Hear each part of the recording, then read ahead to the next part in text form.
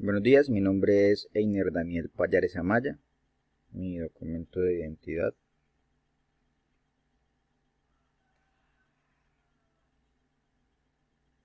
Pertenezco al grupo 214 de Física Electrónica. Actualmente vivo en el área rural del municipio de Tibú Norte, Santander, y estoy estudiando Ingeniería de Sistemas. Para empezar con la exposición de los conceptos de la tarea 2,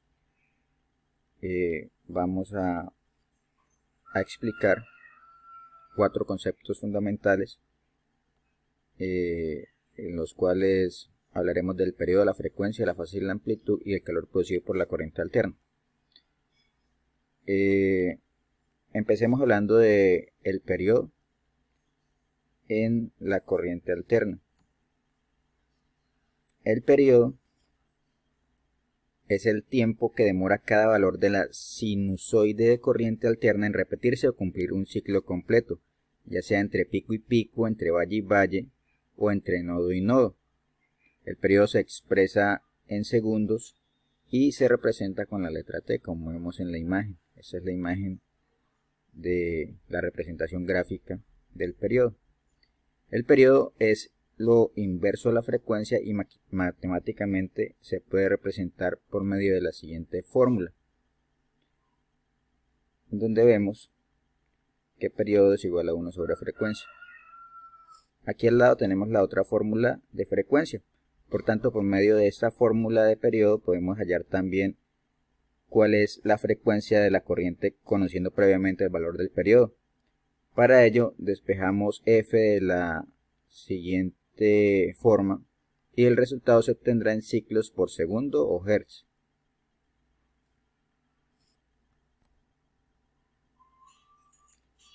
Ahora hablemos de la frecuencia en la corriente alterna. La frecuencia de la corriente alterna constituye un fenómeno físico que se repite cíclicamente un número determinado de veces durante un segundo de tiempo y puede abarcar desde 1 hasta millones de ciclos por segundo o hercios.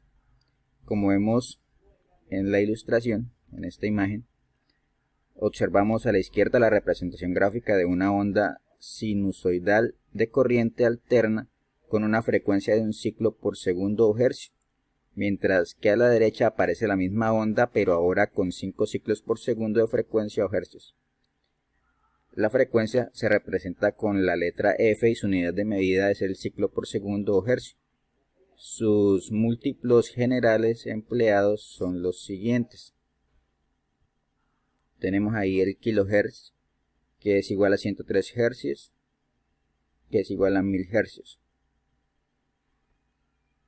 El megahertz, que es igual a 106 hercios, o sea, un millón de hercios. Y la gigahertz, que son 1000 millones de hercios. La corriente alterna puede tener diferentes formas de onda, pero la más común es la que presenta una onda sinusoidal o senoidal por cada ciclo de frecuencia.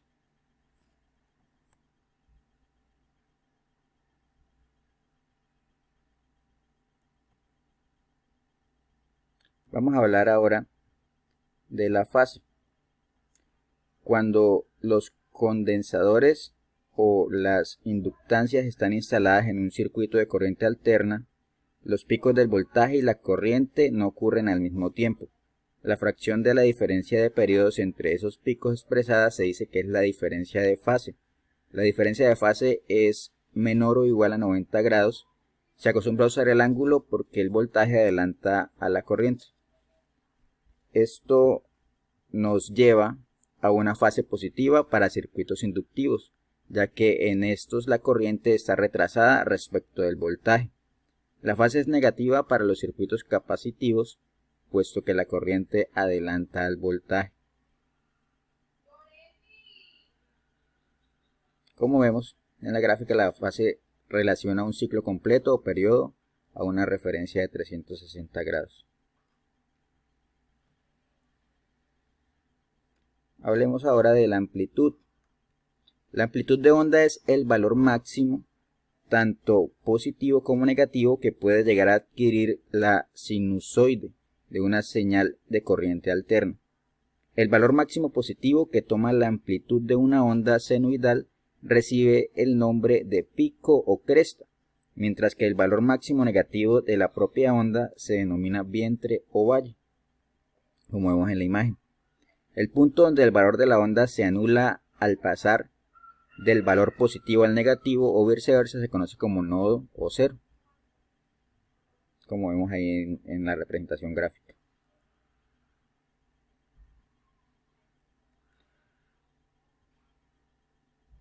¿Qué es el calor producido por la corriente alterna?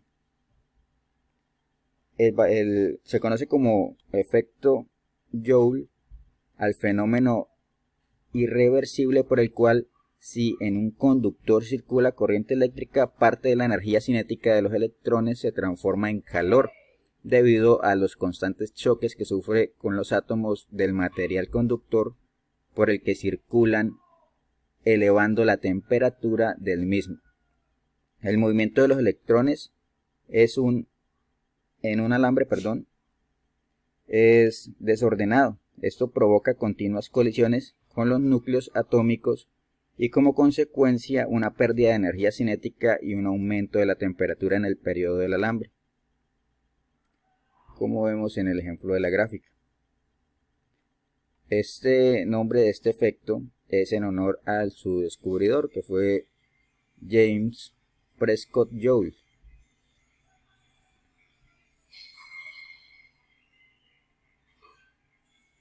Define el concepto de electrón libre y su importancia para la conducción eléctrica. Los electrones libres son aquellos que se encuentran en la órbita más alejada del átomo, como vemos en la siguiente imagen, ya que al estar más alejados del núcleo tienen la cualidad de poder liberarse con mayor facilidad que los electrones cercanos al núcleo. Los átomos libres constan de tres afirmaciones principales que son tenemos que los electrones no están ligados a ningún átomo en particular.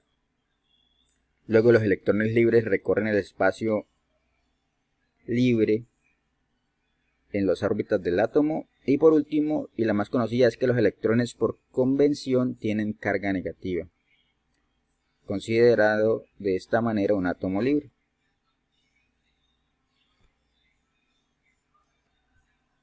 Muchas gracias.